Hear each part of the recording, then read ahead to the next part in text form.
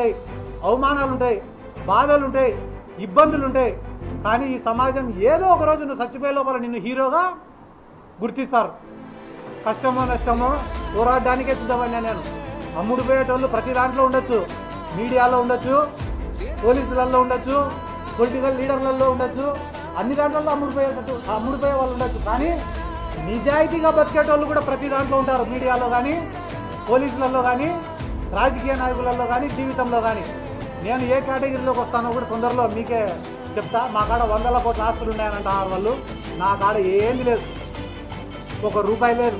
నాకు ఉండేదంతా ఒకటే, జగన్మోహన్ రెడ్డి ఒక్కడే ఉన్నాడు. మళ్ళా చెప్తాను, ఎవరున్నారు? జగన్మోహన్ రెడ్డి ఒక్కడే ఉన్నాడు.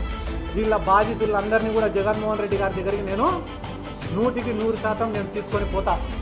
నేను జగన్ సార్ దగ్గర మాట తీసుకుంటా. ఎందుకు మాట తీసుకుంటా అంటానా అంటే, వీళ్ళు చెప్తానే మాట ఏమో తెలుసా, బయటికి మా పార్టీ